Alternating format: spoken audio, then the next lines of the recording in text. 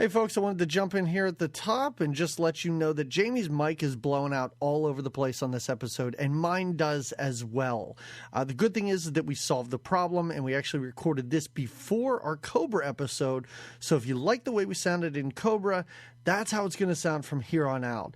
This is a slight blip, the most slight little mistake ever, and it's not going to happen again. We have corrected that problem. But I just wanted to let you guys know before we start. So if you do find it a little irritating, understand that it's not going to happen again. Okay, that's it. We start theme month with this three-dimensional turd. Jamie? Okay. Let's go watch Parasite.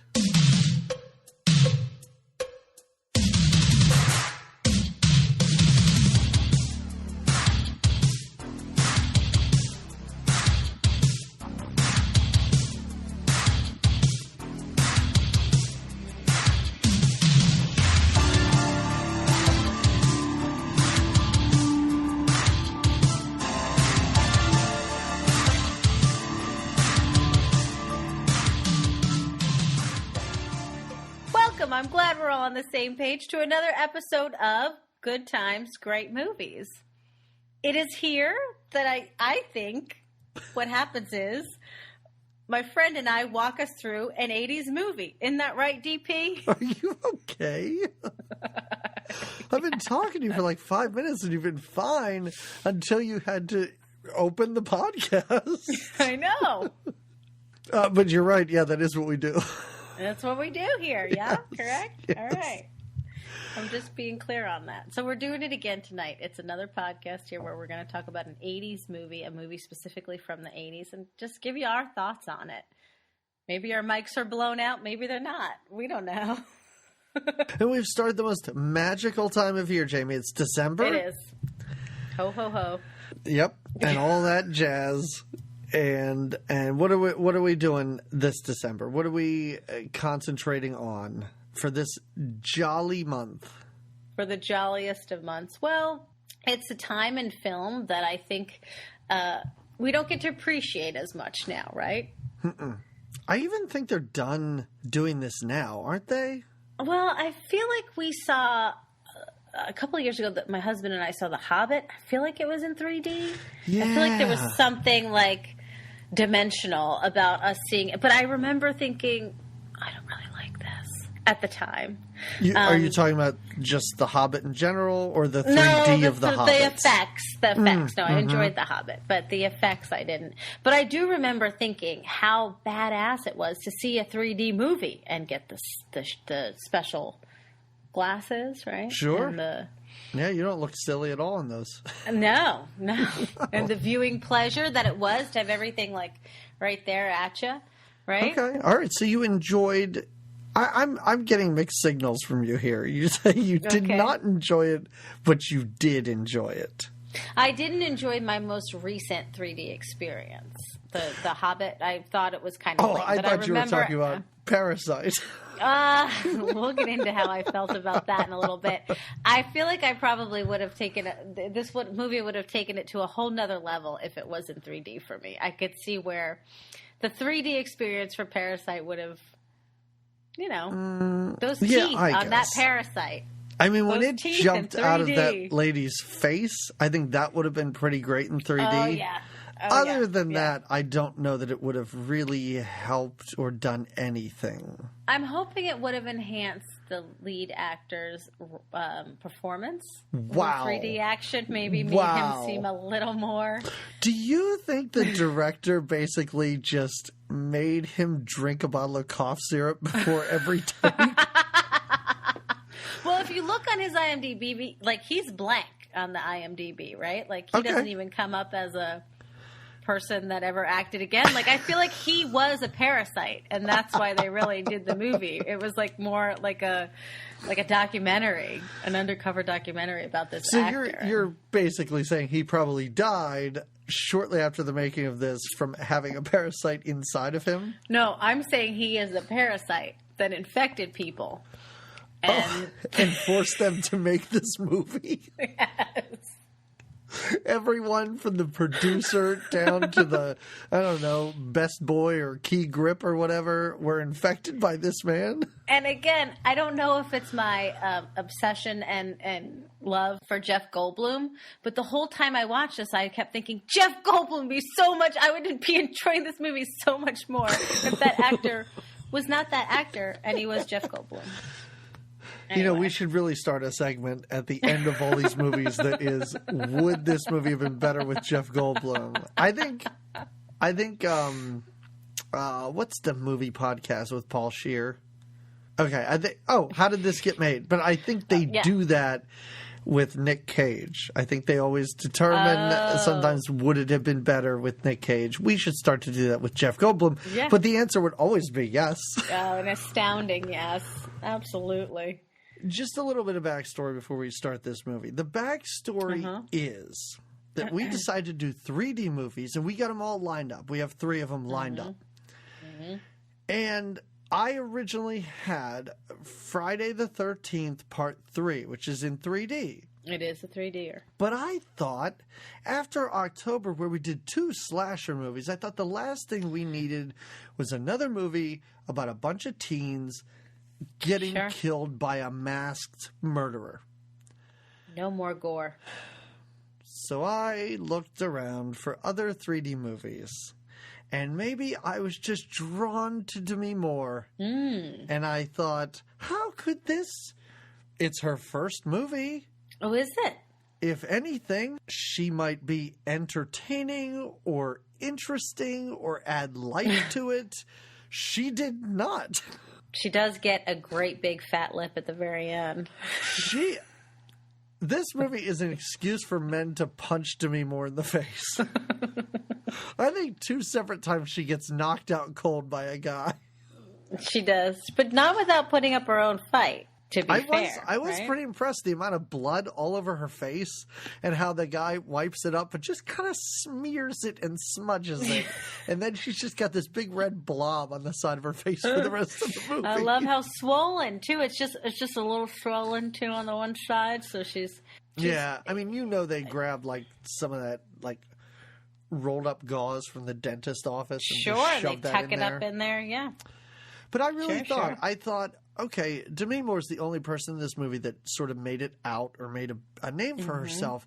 I guess she's going, like, I will see some spark of fame or no, nothing. Like she... Well, she does give the best performance in it. She is the best. Are you... I do in the not whole agree. movie. I don't agree. Oh, because you prefer the lady, the... Oh, the old lady? I kind of do prefer the old lady, but no, I would say that the gang leader was pretty great. I mean, not great, but he was okay. He was a good jerk. Yeah. He was a good jerk until they decided to make him into the most sensitive character ever, and I was like, oh, I feel so bad for this gang leader now. He felt so bad for the member of his gang that died. Well, yeah, but you could tell this was his... So what is this world? Is this like a post-apocalyptic? Is this is that what it is? Because in the beginning, it's kind of... As it goes on, you get the sense that they're the only ones left. And obviously they're all out in the desert and like who goes to the desert and all this. But you don't know what has happened to lead the world to where it's at. No, right? No. And nobody bothers to ever explain. And what do they call each other? What does he call him? Yeah. He's like, you're the merchants. They're the merchants. And something like that. I don't know. They all have different names for classes, I guess, that the society is in. It's just the world is in a different way. You don't even know. It's not even like you get a little intro of the year was, 2022 and blah, blah, blah. And while that is normally signifies a bad movie, I think it would have helped a little bit because I don't know where we are. I don't know when we are. At one point they referred to it as Joshua. So are they a Joshua tree? I don't know. The old lady says that. The old lady's like, oh, nobody comes to Joshua anymore. They don't even call it Joshua Tree. There's no trees left, maybe. You do get a sense that this is a terrible movie by the opening, though, do you not? The way Really? the parasite comes up and how all the red smoke and the... Okay, all right. Yeah. Okay. They don't try and hide the fact that this is a bad movie. And I have said this before. I have talked about how few notes I've taken on movies in the past. And this one, though, takes the cake, Jamie. I'm not even at 2 pages of notes. Oh. Because a lot of this movie is just the main quote-unquote actor wandering around. Just standing in a room for... Holding a thermos. What about that he has that parasite sucked into a thermos? God. All right, so we open with basically 2 scenes just cutting between them. Our main character is strapped to a table in the midst of red fog. And then he's also in a lab or something. Yeah. And he appears to be trying to put something away, like into a little freezer in the lab, but he comically spills all over him. And then, I guess a monster bursts out of his chest when he's strapped to this table. Right? Something is very painful for him in the table. Yes. We see the monster burst out. The creature does explode out of him. I guess I was still a little bit confused about that because I didn't know if the was that real? How much of this stuff happened or how much of it was a dream? I think that because he even says that at one point he was a scientist working on experiments for the merchants, or I guess the government of the time, or the man of the time period. And he was making these parasites, for them to kind of regulate the population is what I'm guessing, maybe. I'm not sure. Okay. And he does accidentally infect himself with one. But I feel like the whole infection part, when he's laying strapped down, all right. I think that is all part of his dream, I think. Because throughout the rest of the movie, what we see is what I think is happening is he's trying to control the parasite that's within him with those injections he gives himself, as well as trying to study it. I don't think the parasite has taken full control of him, but I think in the beginning he has a terrible nightmare about what will happen if it does. And I think that nightmare is that strapped down red smoke thing. I don't know, though. I don't know. No, that's a pretty good interpretation. So even if you're wrong, it still sounded pretty good. It's so solid. I think it's that's pretty okay. Solid. Yeah. Okay. Thanks. Yeah. All right. So after all of this nonsense at the beginning, he wakes up. He's in an ambulance, but it kind of just looks like somebody painted a station wagon to look like an ambulance. I put sketchy white van / painted ambulance because that's what it feels like, right? Like that. Come on, children, I have candy van, but it's painted like an ambulance. Right. Yeah. That's how you equally trick kids because, of course, they're going to trust an ambulance and you have candy in there. Of course. That's a dream for a child. Are you kidding me? Yeah, hospital candy. All right, so he wakes up. He seems to be concerned. He looks like garbage through this movie, and he just gets worse, although... I don't know. He just looks more and more pale as the movie goes. Yeah, well, he's getting sicker. The parasite's taken over. Right, and he doesn't look that great to begin with. No. So he drives to a boarded up house. This movie nothing happens in this movie for... Finally, he meets Demi Moore at one point, and I went, okay, now something's going to happen. Nope, still nothing happens. It's very confusing... True. And it's very confusing the things that do happen. So he takes this long desert drive up this mountain or wherever. Right. Does he buy gas yet, or does he go to No, he doesn't buy gas yet. He doesn't buy it yet. Abandoned house first. When he gets there, there's a lady crying, and she's being what appears to be raped by 2 men. That's what it appears. He also gets out of the truck, and he's got a crazy futuristic laser gun. A laser gun, yeah. And he eyes up a giant spider and a snake. But why is he here? Why does he stop here? There is no reason for him to stop here. But you're right. He sees a lady who appears to be getting raped by two hillbilly monsters. They're just people. They're just people. The makeup isn't even that good. So he saves her. Well, he saves her by doing this amazing, like, in slow motion, he beats up the men, right? And, like, this, like... All of the action in this movie is slow motion. I guess it looked good with 3D. I keep forgetting. I forgot to times it. Maybe the fight scenes looked really...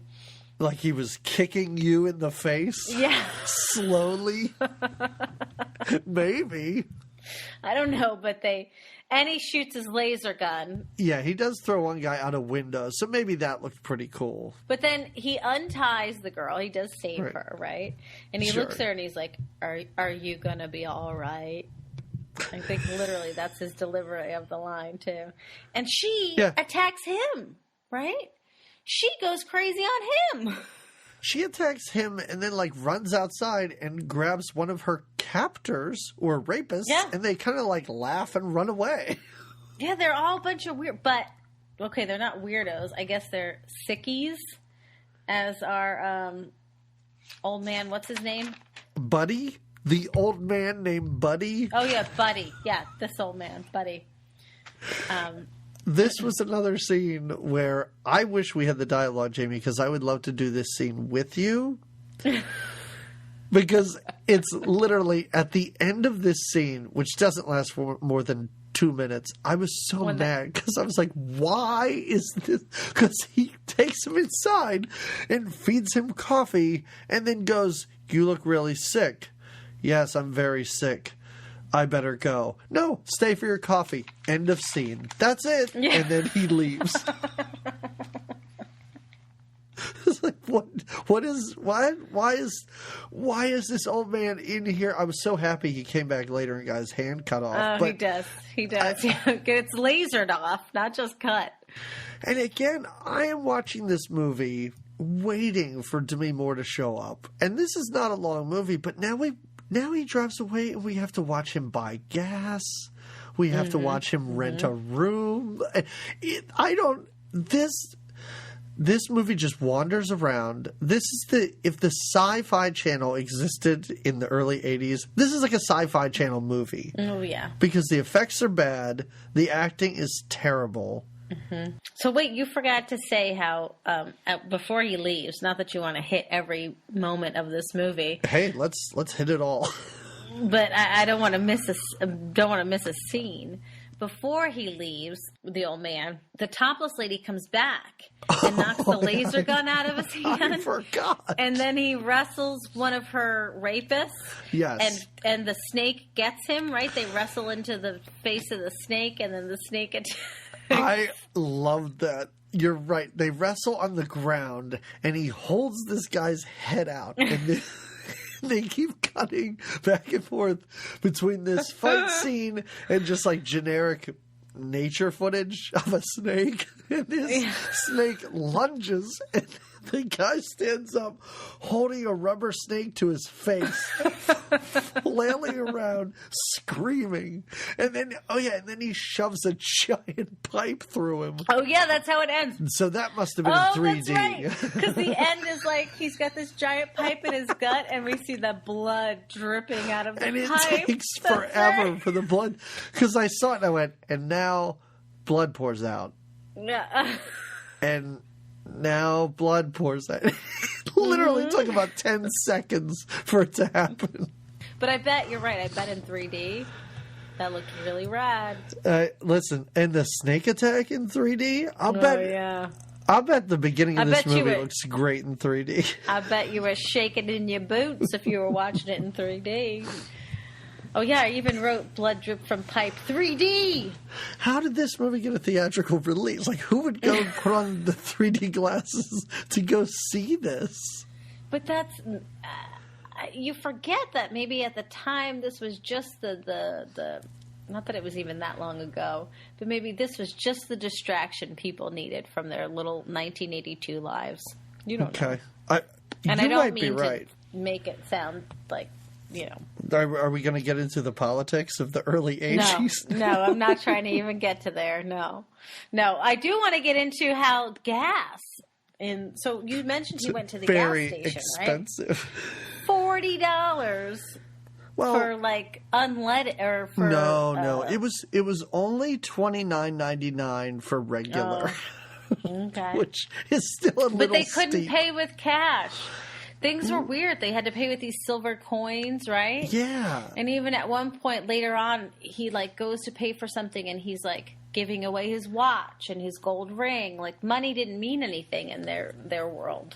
Yeah, it didn't mean anything, but everybody still seemed to be really particular about it. Like, What is that bartender going to do with that Casio watch? Like, what is that going to do for him? I know. You can have a can of beer, a can of soup, or a can of... Everything was in cans. Like, a can of beer, a can of soup, or I don't know. There was a third thing in cans. Maybe a can of water? I don't know. So you're right, but he still does have to pay. He can't pay in cash. He has to pay in whatever those silver things are. And he then goes to rent a room from some crazy/horny old woman. Her name is Maggie. I like how she says, it's so expensive, that's why I'm not wearing a lot of makeup. And I was like, you have a ton of makeup on, lady. I think she's like an old actress or something, right? Isn't that the feel that you get? I was going to say, did you pay attention to her backstory? Because I didn't hear that. Well, because she seems to be like she's into the makeup and maybe she's just an old whore. I don't know. But, yeah, she says, I'm a mess since I'm not wearing any makeup. Meanwhile, it's caked on her face. She doesn't take cash for a room. She gets his gold ring. Yep. So, like we mentioned, he brings this sketchy white van / ambulance with him, but or that he transports himself with. It's because he's got all his lab equipment with him, of course. He's a scientist. Yeah, he rents a room and sort of sets up a lab in this room. And then he opens his shirt to reveal some kind of gross growth on his stomach. It's like right above his belly button. And it's what every now and then he falls into the sweats or just looks like he's like about to shit his pants, looks really uncomfortable. And it's because this parasite is coming alive in him. Right? Yeah. Which then I have a lot of questions about the other parasite we see because that doesn't appear to be the same thing that's inside of him? Well, or like so the other parasite other parasite appears to be full grown or it's little, it's in that tube. He walks around with a big giant thermos. Yeah. And then that thing like attaches itself to people. So what is inside of him? Is it just like another babies? Version of it? I'm not sure. I think it's another version of it. This is what he spilt on himself, right? So it's maybe not a fully developed one. I think we're giving this movie more thought than the people who actually made it. That's what I was going to say. I think we've put in already more thought than the writers did. So kudos to us. So now here's that setup. But now who's this guy with the fancy car that's zipping around? Who's that guy? There's like a younger, more attractive guy that pulls up to buy gas. And he's got like, I guess it's a Lamborghini. He's got the flip-up doors. Like DeLorean flip-up doors, but like a Lamborghini, I guess. Totally fancy. Right. And he's buying gas, and he's asking the gas station attendant if he's seen a guy who, like, looks all sick or is in a van or something. I don't know exactly. But we can tell that this dude in a nice suit is tracking the sick guy who appears to be the hero of this movie. Right. Right. What is his Paul, right? Paul is his name. Yeah. Mm-hmm. This other guy, though, this fancy guy, later we find out his name is the Wolf Man or Wolf, right? They call him Wolf, I think is what Paul says. Yeah. Because he's one of the merchants. We find what out a little bit more about that later, right? Isn't he a merchant? He's. But I don't know what that means. I don't know either. Like, he's a fancy pants guy from the he's other a merchant. world. And we find out that the gang leader, like, used to be a merchant, too, in the suburbs. Oh, they took me to the suburbs. Man, the suburbs were terrible. You know what those suburbs are all about. Like, okay, movie, we get it. Calm down. But then he's like, and he like left, you know, I guess he's on the run, the gang member. Not on the run, but like he used to be one of these super bad dudes, I guess. And then kind of quit. Then he's out. Yeah. Because he even has the same markings or whatever. Yeah, he's got like a little tattoo or something. Yeah. Yeah. So Paul's he now wanders down into some bar. Well, no, actually, under Maggie's advice, Maggie tells him. Yeah. Maggie, our old lady, tells him, you know, if you want to get something to eat, you should go next door to the bar, which is the place that sells canned fruit. I wrote it down: fruit, beer, or soup. Okay. Wow, canned all he fruit. Serves. Wow, yeah. And he takes the soup. Can. All right. He takes a can of soup that I don't even think is heated for him, is it? No, I think it's just dumped in a bowl, and he doesn't eat it. And the bartender's like, "I'm sorry, I didn't mean to, ruin your appetite by talking about all that atomic shit they dropped." And that's the only something atomic related happened, and that's why the world is a giant dust bowl. We know something bad and ugly happened in New York and L.A., and that's why they're all here, I guess. They've escaped it, or they... Question mark. Don't know. Question mark. Don't know. And if you think this is a deserted area where nobody is, suddenly a gang of rowdy teens shows up. I'm talking about this movie so seriously right now that I'm kind of mad at myself for how...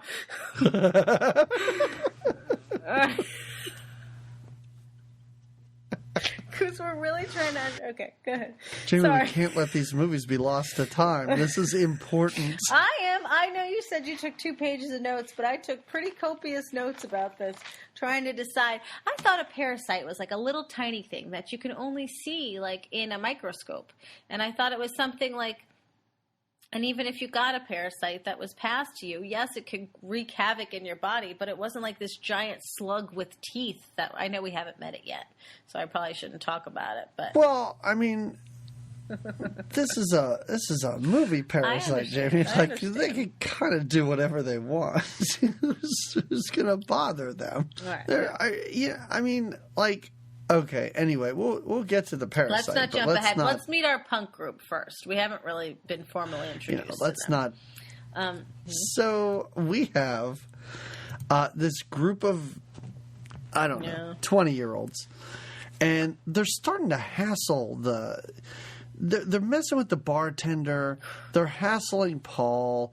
He kind of he drops his thermos, but then picks it up and is like, "Oh, I better make my break," because Demi Moore comes in and she has lemons.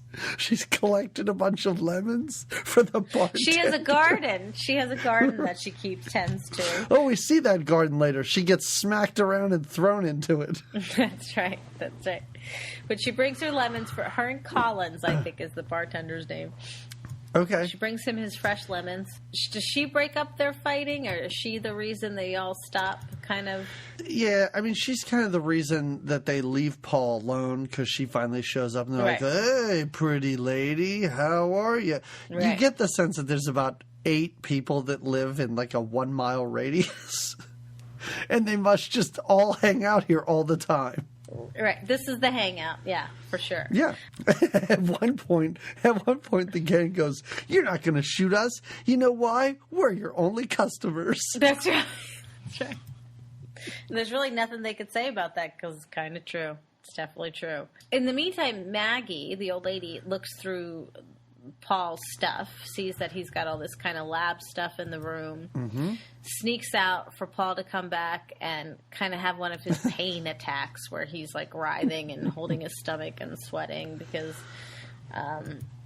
but he jabs himself with a needle. Yeah, he gives himself his injection in his tummy, and he kind of feels better. The gang now, this gang of just kind of hoodlums, right? It's 2, 3 guys, 2 girls. It's just a so handful weird. It's so weird because this movie's so disjointed. We just saw this gang hassling Demi Moore inside this bar. Now she's outside, and they continue to hassle her. They're all over her again. Yeah. Then she kind of scares them away. Or wait, the bartender. Does he come out with a shotgun? The bartender comes out to kind of save her. But then they kind of take over the bartender, so then she saves him. So I guess you're supposed to get the feeling that they're the good guys looking out for each other. The Collins, the bartender, and Demi Moore, I guess. Sure. Now the gang shifts their kind of aggression onto Paul. Right? Again, this appears to be maybe on the other side of the building. Like they just walked around the corner and Paul's standing like, let's hassle this guy now. It's so weird. And they really do mess with him quite a bit. They hold him at gunpoint. Yeah. They're they not nice. raid his truck. They're throwing all his stuff all over the place. And one guy gets the idea. He's like, where's that thermos thing? I'll bet there's some great drugs in that. Oh, yeah. And they just burst into his room and steal it. Well, what about when they make the... And then they kidnap him. The guys go to burst in his room to go find the thermos, and then they make the ladies watch him, and they like straddle him at gunpoint. Right? Yeah. That's weird. Like, it's weird because earlier when he was watching the woman, or when he caught the woman being raped, he had these magical slow motion fighting powers and he used his laser gun. But now this gang gets up on him and these gang women are straddling him and he can't fight them off at all. He just lays there and his thermos gets taken away. And then, he gets kidnapped by them. And he's yelling, and he's barely yelling it, because now they want to open the thermos. They want to see what's inside. And he's like, don't. Right? He's like barely warning them. He tells them not to. But. You're talking about when they take him back to their... Sorry, I don't know, their abandoned airplane hangar where they... Well, that's where hoodlums hang, sure. Because they're messing with him, and he's like, no, don't open that. You open that, you're going to die. And they open it. One gang member, nobody seems to be able to look inside this tube or see anything in there. It's totally dark. Right. And he sticks his hand in and he's like, ew, there's something gross and wet in there. Keeps looking inside of it. And it jumps out and attacks this guy. It just sticks right on his chest.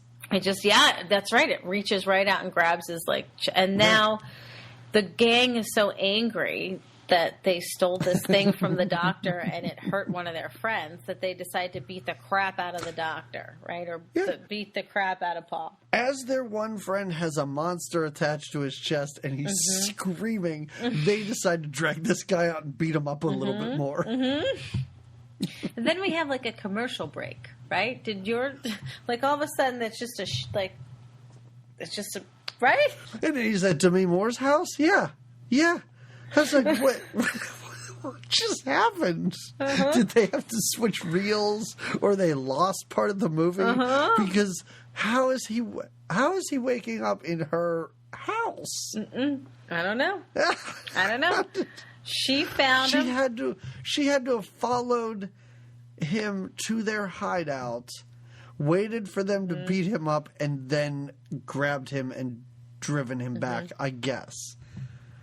But she gives him tea, which first she calls rattlesnake tea or something. Yeah. And then she says it's her lemon tea, made from her lemons. She loves lemons. I don't know what the lemons represent. I guess that's all she could grow. I guess. She does have nice lemon trees that she does tend to her garden at one point. It's 4 lemon trees. In her big giant cargo shorts or whatever she's wearing. She looks like a park ranger. She does. Oh, she still does have a little she does, like I said, who did you think was the best performer, if not her? Oh, you said the gang guy. Well, the gang. I said the gang leader was good, but I really did expect to see, like, her sparkle and her shine, and it's like, oh, she's above the rest of these people, and I just thought she blended in basically with everybody else in this movie. You don't think she sparkles and shines above the Parasite? No. You're like, the Parasite gives a better performance. It was all right. It was titular. Yeah. It was titular, so that's fine. Yeah. The titular Parasite. The star of the film. Indeed. Of the same name. Indeed. We gotta get to a point where Demi Moore's fighting a parasite. Oh yeah, let's get there, huh? Well, so during all of this, your old man comes back. Did you get there yet? The well-dressed wolf man who seems to be tracking Paul stumbles upon the old man buddy and lasers his hand off. Because he doesn't like liars. And the old man's lying to him, right? Right. The old man's kind of covering up for the doc. I haven't seen him. It is pretty great because he lasers off his hand and you see this rubber hand hit the ground. And then it goes back to Paul and he's got like the old man, buddy. Yeah, and he's got his hand. He must have it pulled so far down in his sleeve and it's all like wrapped up and tied at the top. I'm like, he just cut his hand off and there's no blood. There's nothing. It looks like half of his arm's gone, but it's just a hand on the ground. It's just a hand. Yeah. He's just like, Bop. Like it's a clean cut. It's a laser cut. And I guess he got information from the old man because he makes it back to the gas station. I thought he went back to the gas station because the old man didn't give him information, right? And then he finds his way to the bar. Yeah, he probably had to kill Buddy. And it's the bartender that gives him kind of, right? Doesn't the bartender say, right. Yeah, I saw, because he goes to the bar and he gets a glass of lemonade. Today's special since, Yeah. Patricia is her name. Pat is Demi Moore's character name. I wrote Demi a lot in my notes, but the doctor keeps calling her Patricia and, or Paul calls her Patricia. And I think like the bartender guy calls her Pat. Right. Yeah. So he does. And he's at the bar and he's even like, really? Lemons? Yeah. Really? Lemons? He gets so excited. He's like, I want some lemonade. Still, we're in a future where there's no people, and this is what they're really excited about. Right, exactly. Is lemonade. So he goes in. Does he rent a room at this place, or does he kind of just like, force the old woman to just let him have a look around? I think he just forces himself into the place. Yeah, I don't think he even asks for a room or anything. Or maybe he does. I don't know. Well, he does. He kind of rifles through a bunch of his stuff and he realizes that I guess he's not finding what he needs to. He does at some point stumble upon the ambulance, right? Doesn't he stumble upon the white van at the gas station? Yeah, and that's how he knows that Paul's around, even though the gas station guy's like, I don't know, nobody ever comes by here. Yeah. Right. Oh, you were probably going to, I'm going to just think that maybe you were going to talk about when Demi or Patricia and Paul have a little heart-to-heart, getting to know each other. And Patricia talks about how she did work camps in the city. Oh. That she would never do again. That's why she prefers, right? You're right. Yeah. Yep. Yeah. That's why she prefers to live in the desert and grow lemons. Yeah. Mm-hmm. It's too depressing. It's too depressing. Those kids, they're like monster children or something like that, and she would never work there again. Right. Yeah. Oh, my gosh. But again, we don't really know. Yeah. So the guy in the Lamborghini, the well-dressed guy, follows them because Demi Moore says something like, I'll give you a ride into town or whatever. So he follows them. He's chasing them. But then he's cut off by the gang of thugs who start hassling him until he lasers one of them. Right. And then everybody kind of gets in line and they're like, whoa, hey, this dude means business. All right, man, don't worry. Right. You can just go ahead. And they just let him go. Oh, wow, you're really taking this seriously. I'm reading my this is what about when Zeke starts. Zeke, by the way, is the one bad thug that gets the... Who's Zeke? Oh, yeah. Okay. All right. He's the bad thug that gets the parasite on him. Oh, poor Zeke. I know. We catch back up to the thug guys, right? And we see that Zeke's in a bad way. It's digging deeper, man. It's digging inside me. Do you remember when he's all upset because he's got a parasite attached to him? Yes, I understand, Zeke. I hear you. I hear you, and you're in some pain, Zeke. I am sensitive to Zeke's plight in this movie. Yes. Yeah. He's in a bad way. He's the first one to go down. Terrible way, right? From the parasite, yeah. The gang leader is really worried about his friend Zeke, and he can't sleep. Like, he is so sensitive. Right. But so's the girl, right? Isn't he sleeping next to a girl? And she's like, I know. His girlfriend or one of the girls in the gang. I don't know if she's his girlfriend. She's like, I can't sleep either. And they do like. That is the extent of this conversation. This is what the scenes are like in this movie. I worked at a camp in the city. All the kids were monsters. Or whatever. She says, I won't do that again. Can I get a ride to the city? Yes, I'll give you a ride to the city. And that is not exaggerating the line delivery and the way these characters interact in this movie. So he's worried about his friend. He can't sleep, so he goes outside and I guess falls asleep because he wakes up in the morning. They find that poor Zeke is dead. Oh, blue face. But the parasite's gone. Yeah, that's right. The parasite is gone. Then they all look around like, oh no, where could it possibly be? The only person still sleeping is the girl that he talked to the night before. She's sleeping in her chonies. And they see something moving under the blankets. She doesn't feel it, though, until they wake her up. No, she doesn't feel this giant, Jabba the Hutt size thing. Blob of slime, yeah. It's insane that she doesn't feel this, but she doesn't. Until they pull back the covers, and it's like a worm the size of a dog. It's like a giant slug, right? Just laying next to her. Just taking a nap, too. It's... Yeah. It's just laying there, and it is really funny, because they're just slide out. Yeah. Just move out. Go slow. Just don't worry. And what does it do? It rears up and bites her leg. And then she's screaming, and I guess it's attached to her leg, so they pick her up with this thing on her. Yeah, they wrap her in a blanket. They pick her up, they put her in a car, and now this is not going to... This little gang leader is over this. He's not going to let another one of his posse go down. So they're going to bring her to the hotel where they think the doctor is staying, right? But it's crazy. It's insane. He's being taken care of. Did he bring... No, not yet. His lab equipment is still at the hotel, even though pretty much now he's shacking up at No. Right? No, he took his lab equipment. Oh, he does go get it, right. Are on the run, and they're in a basement somewhere. I guess, I don't know if they're at her place or what, but he's set up his lab stuff there. That's right. Because he's got to do the experiments, right? She doesn't... Yes.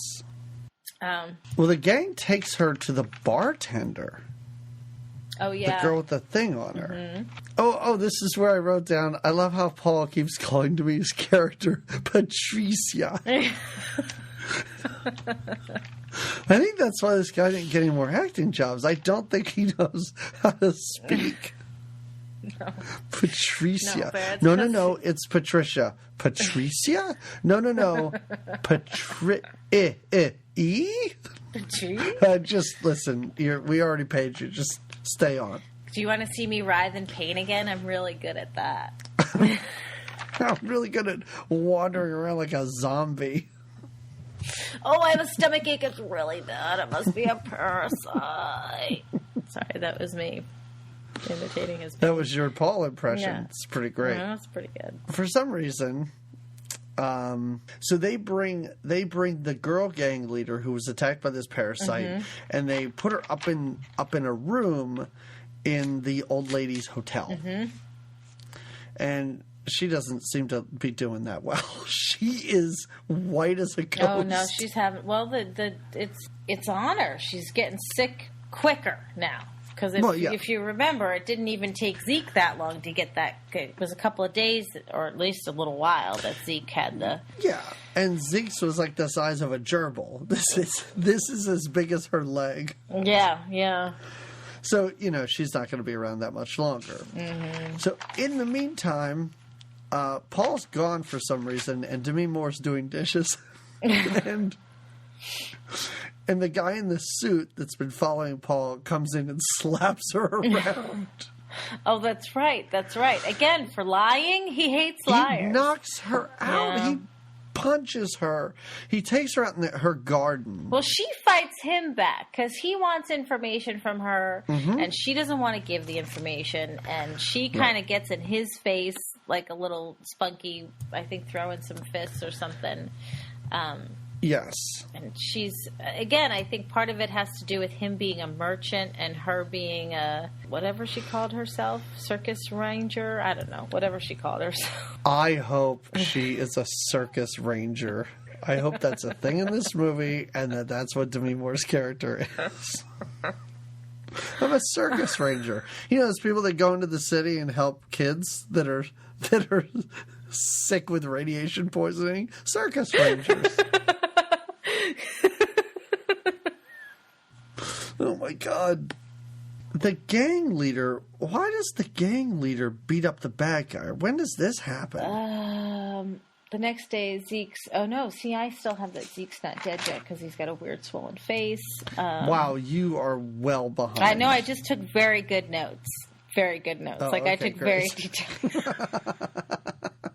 And I'm still on... I'm like, wow, I wrote a lot. Like, I described how swollen his face was and all that stuff. We didn't need to know that. I think the punk guy fights the guy in the suit because they are of the same... Beats him up in, like, the basement. But I think it's because they're of the same... They're both... the punk guy used to be a merchant, right? I think it's because of where they're from. You know what I mean? Hold on.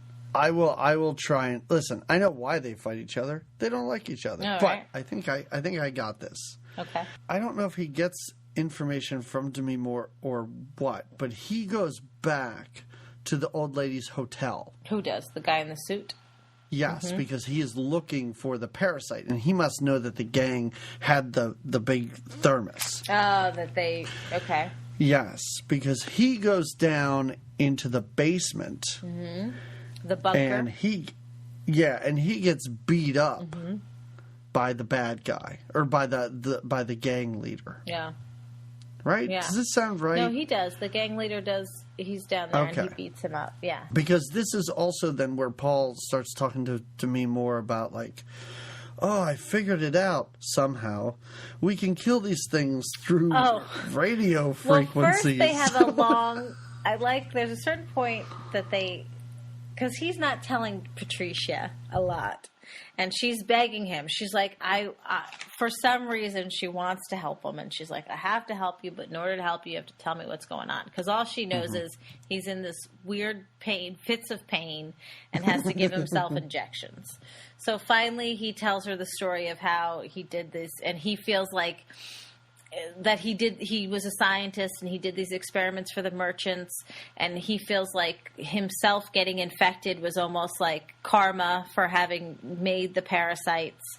But now the whole thing is he has to destroy the parasite. In order to destroy it, he must study it, and he can't just study the one that's in him. He needs to get the one from the thermos, right? Wow. Okay. And so he's trying to study the parasite so he knows what will kill it. And he doesn't know, and he doesn't know, and he keeps telling her the only way I'm going to know is by getting that parasite. He's telling Patricia that in order to really know what's going to kill it, he has to get the one that the thugs have.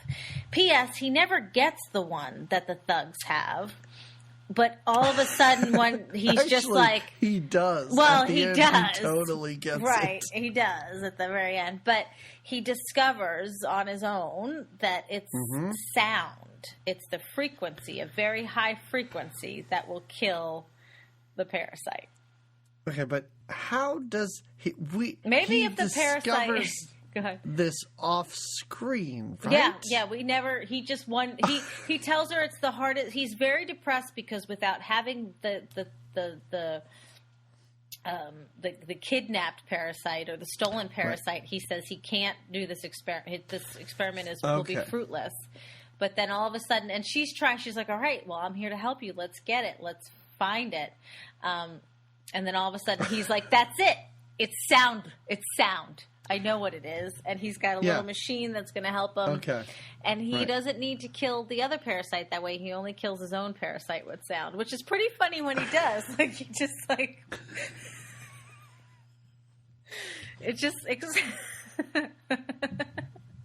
Listening to your amusement, trying to explain killing a parasite with sound that is inside of him is amazing because none of this makes any sense. It doesn't. You're right.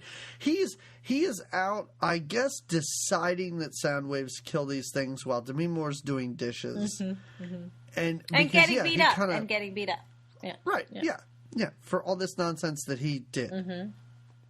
So, okay. The monster detaches from the dead girl, the gang member in the bed. Oh, yeah. Once it's killed her, it just goes, right? Because now she's dead. Yeah. I guess it's feeding off of her blood or something like that. And, she doesn't have any more. So then we got to the old woman. Maggie. And she is putting on makeup. She's just piling makeup upon makeup on her face. Looking at herself in the mirror, and she's like, "You still got it," or something like that. Yeah. And then, like, goo or something starts falling down, and she looks up, and you see this silly-looking monster on the ceiling. She's like, "Ah!" And it drops down on it. Teeth first. It dives onto her with its very many, very sharp teeth. Again, probably would have been a pretty great scene. Quite intense with the 3Ds on. Yeah, quite intense. Then we cut to the old lady who pretty much looks like a corpse at this point, laying on the floor. And her head is facing the camera. Yeah. And as we zoom in, a giant parasite bursts out of her face. The best scene of the movie, I will say. And it is very like, oh, whoa. Because we see, super gross. We see the parasite take over Zeke, and we see the parasite take over that chick, and we even see it rumbling around in the doctor's tummy. But there's nothing more disturbing than when it jumps out of poor Maggie's face. Because, and the reason it's disturbing isn't because it just jumps out. Like, this is practical effects. So this old lady's face splits in half, and all you see are teeth and like a goo puppet coming out. It's a weird looking parasite thing. Like I said, I don't know. In my mind, a parasite is a tiny thing that you can't see. And so I understand that for movie's sake, we could make a parasite be anything we want. But it's essentially the plant from Little Shop of Horrors. That's what I was going to say. It's like if you took the plant from Little Shop of Horrors and you took like a tremor from Tremors. Yeah. And you put them together, and then like Jim Henson came in and said, "Let's just make it a little more silly." How about more That's teeth? What this, more teeth. An upsetting amount of teeth, and let's clearly make it look like a puppet. Yeah. Like a slimy puppet, one. I was going to say there's some goo added. So the old lady is dead. And two things are happening at once.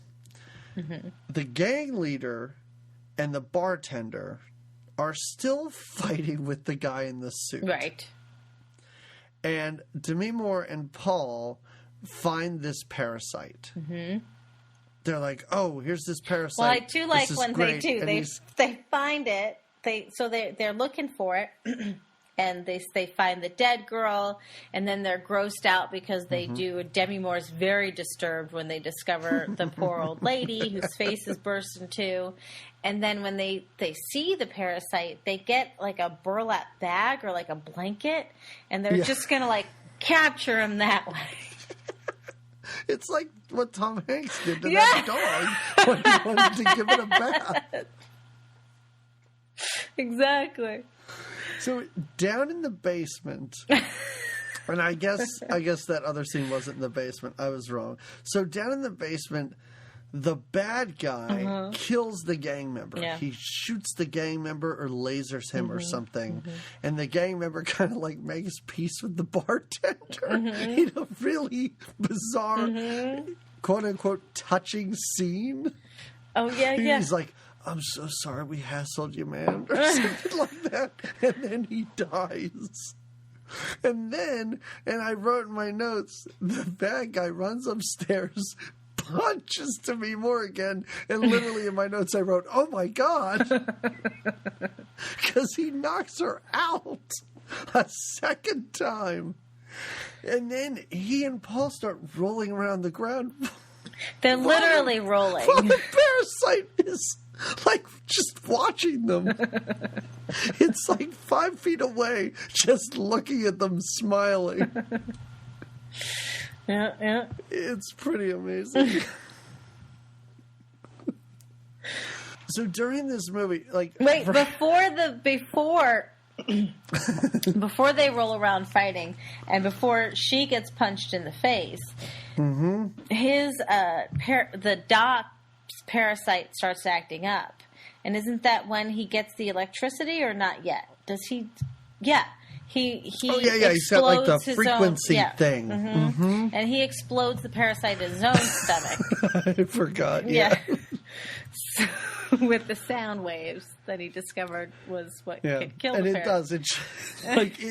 The parasite needs to burst out of his stomach and then explode, and the whole time he's like, ah! Before I knew, you know how people always say, like, I have a hernia. Like, I never medically, when I was a kid, knew what a hernia was. I just knew that you can have a hernia, your hernia could burst, and you need surgery for a hernia. So I think that as a kid, this is what I pictured happening when your hernia burst. Oh, okay. So this is like a medical instructional film, is what you're saying. To get children to understand the possibilities and the dangers of hernias, they should watch this scene. And P.S. children, it is sound waves that will cure your hernias and make them go away. It's the high frequency that the hernia does not like. Welcome to Jamie Lorello's class, Hernias 101. A hernia is like a parasite that's in your stomach. As a kid, that's what I imagined them being. Like these things that just all of a sudden burst inside of you. Like, I didn't understand. I still don't really understand what a hernia is because I've never had one, and I'm very whatever. Self what? Very self-aware. I make sure that I don't get hernias. I'm not willy-nilly. I was going to go off on a whole other tangent, and I stopped myself because we have to get to the end of this parasite. What kind of hernia tangent would you go off on? I've already gone off on one about the hernias exploding like parasites. I can't go off on another one. That's a good point. Okay. So these two, and this movie, I was going to say, this movie's like an hour and 24 minutes long. It's a quick one, yeah. For an hour and 20 minutes, nothing is happening. And I believe they're rolling around the ground with this parasite's watching them. I literally looked down at my laptop to take some notes. I look up. There's the bad guy's on fire. There's a parasite attached to him. I had to rewind the movie to understand because it happens what I missed. quick. He gets outside and he's in front of like an oil, like a gas tank, like a big gas tank of gas. But this is the parasite jumped onto him. Oh yeah, right? During their roll around fight, yeah. And then he gets outside, and then the doc tells very angrily, he's like, "Shoot it! Shoot the tank!" Like Demi Moore, who just woke up from being knocked unconscious for the second time in an afternoon. She can't make the shot, and he is very upset. Yeah, he yells at her, and then she finally does, and it just, the parasite, who knew, it's not only sound waves, it's also explosive fire that'll kill a parasite. We do get a great close-up of a burning corpse. also a really long shot of this, which I was like ready for the parasite to like scurry away, like, ooh, Parasite 2. But no, it's just a lingering shot of a corpse on fire. Yep. And we do get a triumphant shot of Demi Moore, Paul, who looks like a zombie, and then the bartender just sidles on up next to them. Like they're just sad and out of it. They're so sad. And then immediately cut to credits. Just the most abrupt ending. That's the end. That's it. That's just like the random commercial break that happens midway through the movie. You're just like, what happened? Oh, all right. We're done. The end. No epilogue. No, like, now that we know how to destroy these parasites, we're going to save the world, because we don't know what happened to the rest of the world. No. Because that parasite problem only seemed to be a problem to Paul. Like, it was literally like a personal issue where he had a parasite. Well, and it seemed like it was pretty isolated. It was the one that he had and the one that was in the thermos. And they got rid of them both. But they didn't really have the joy of like saving the world. Just maybe the town of Joshua. But most of those residents are dead now anyway, since there was only a few of them. I would have liked it at the end they were all standing in a line and they all just held up glasses of lemonade and clinked them together. That would have been perfect. If they sat in her little lemon garden and sipped their lemonade, like fanning themselves. And no, we don't. That's it. Well, Jamie, this wraps up our first 3D movie. There we have it. There we have it. I could only imagine you cannot wait for more of these. I'm excited. I need to get some 3D glasses. And is there any way to watch any of these in 3D as they were meant to be seen? You know, I looked around and I could not find this in 3D. I couldn't find it in that red and blue sort of offset 3D. Right. But our next movie, which we'll get into in a little bit, you might be able to find that online in 3D. Yeah? Now, I do know that for some of these 3D movies, and I'm not just talking about the ones that we're covering, but some of these 3D movies from the 80s now, like if you buy them on Blu-ray, they'll come with the 3D version. Ooh. But you have to have a 3D TV and which I do a not. 3D player. It doesn't seem worth it. If you're looking to watch Parasite in 3D, you know what? It's not worth it, guys. It's not. I don't think so. No. I mean, I don't think it's worth watching in 2D either. No, I agree. Maybe 3D would elevate it, but I still... Oh, this movie was so boring. Yeah. It was so boring. It was no good. Like I said, maybe in 1982... if 3D was an exciting thing and like you said, it's. I think that that Demi sounds so upset. It's just a parasite taking over my face. Yeah. I mean, here's the thing: we watched, and it was a while ago. We watched Class of 1984, which was made the same year as this movie, and it still seemed like a lower budget film. But it was far beyond, like, the production values and the level of acting and the level of entertainment of this film. So I don't think we could blame the year. Right. Although you really seem to have it in for 1982. Listen, we don't know what they were going through at the time. I'm just trying to take perspectives, you know? You don't know what it's like to walk in another man's shoes when he's maybe enjoying the movie Parasite. Because... I just picture you frantically like, when was Watergate? when was the gas crisis? How far away from that world? How bad news were these bears? Where are we? No, so you didn't enjoy the movie then. You would not recommend it. No, it was a very short movie. It was a very quick movie. So if you are curious, I would say it's a movie that you can kind of skim through. You know what I mean? Hit play, and when if you don't when a guy who should have been played by Jeff Goldblum is just wandering around a room, just go past that. Just keep going past that part. maybe literally watch the last 10 minutes of the movie if you want to. Yeah. Well, maybe if and I'm not this kind of a Demi Moore fan. You mentioned earlier, like, you don't know my thoughts on Demi. I don't think you like her. I don't. She's come up twice on this podcast. She's not my favorite.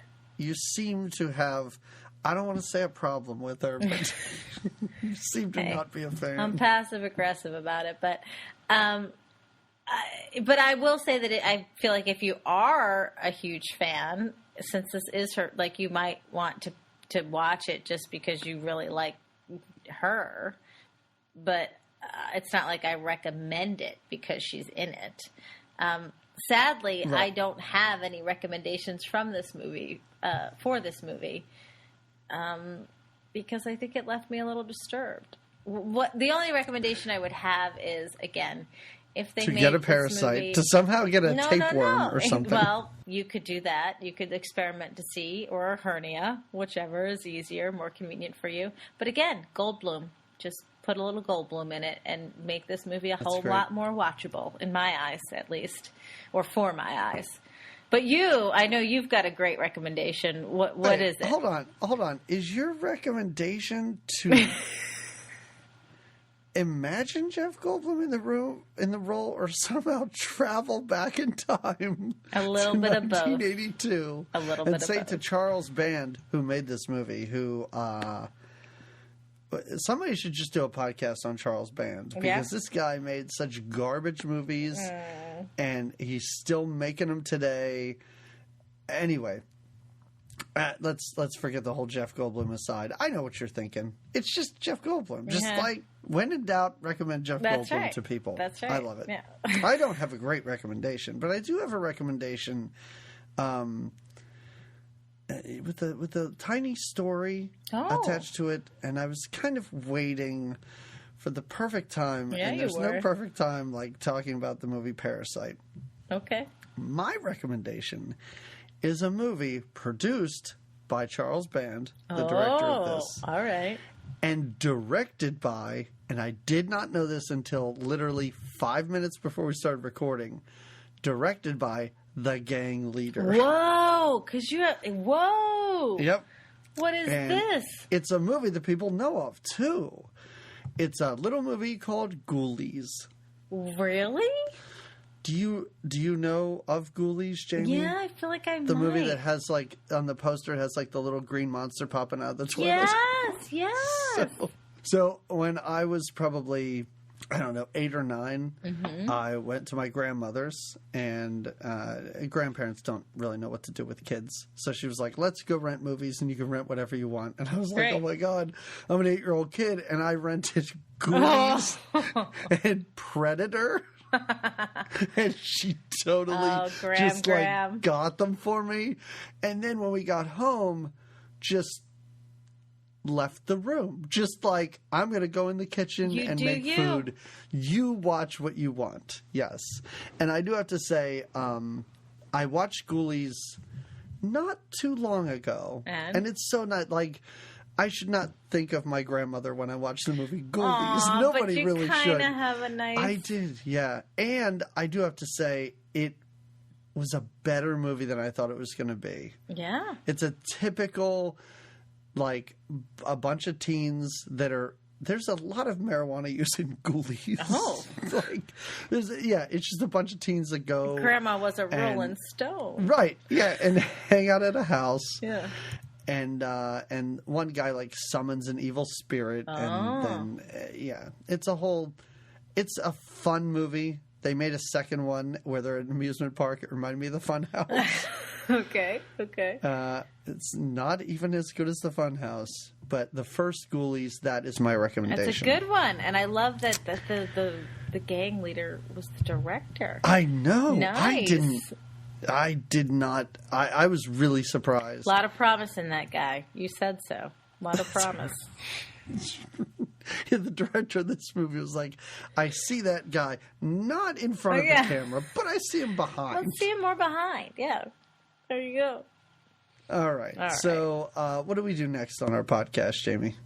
Oh, we're all out of order. It's like, what do we do? I think we talk about our next episode, right? Is that the way this goes? That's right. Okay. I'm sorry. It's like I have a parasite in my head or something. What happens? It's okay. So for our next episode, we are still doing 3D movies. That's right. And this time we're going to go from a parasite to a big, giant rubber shark. Because we are going to talk Jaws 3D, the third Jaws movie. That's why there's a 3 in the title. And, Jamie, we get our first Dennis Quaid. Oh, that's a delight. Our first Louis Gossett Jr. I'll take it. And a little more Leah Thompson. Oh. Which I am apparently a huge Leah Thompson fan. No one can blame you. Didn't know it till Space Camp. She's like a yummy cupcake. You don't even know. I don't even know what that means. I don't know either. I don't know either. No, I just want cupcakes. So everybody go out, watch Jaws 3D. Yeah. And join us in 2 weeks when we continue. And I hope this is better. I don't think it's going to be better. I don't think so either. I don't think so either. It is hard to find. If anybody out there has suggestions for good 3D movies from the 80s, let us know. I'm not saying we're going to watch them, but I'm just let very us know that curious. they're there. Yeah, just tell us that they're out there. Because right now...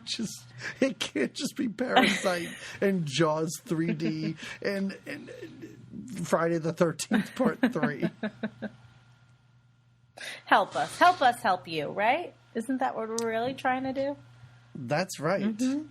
Helping. We're just helping. That's what we're doing. That's what we are. We're watching Parasite so you don't have to. If you're on Amazon Prime and you're like, oh, a Demi Moore movie. Yeah, what's this about? Just listen to this podcast.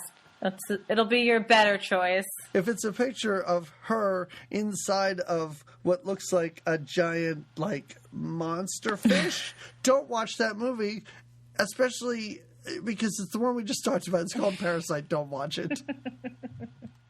All right. We will talk to you in 2 weeks. That's right. I think we're done tonight. That's it. I was getting eaten by the parasite. That's how I was going out.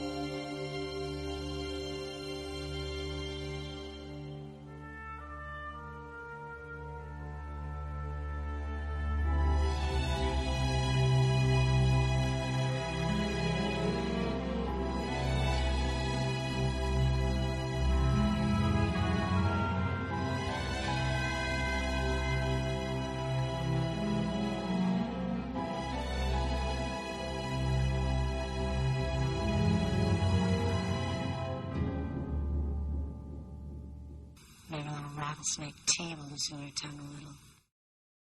I don't know, dude.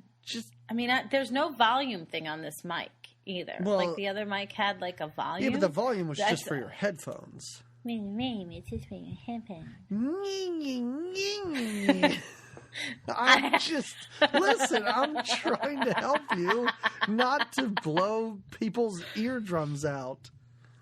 Hey, if my excitement for the films we cover just Did you get it? Nope. Maybe not. Oh.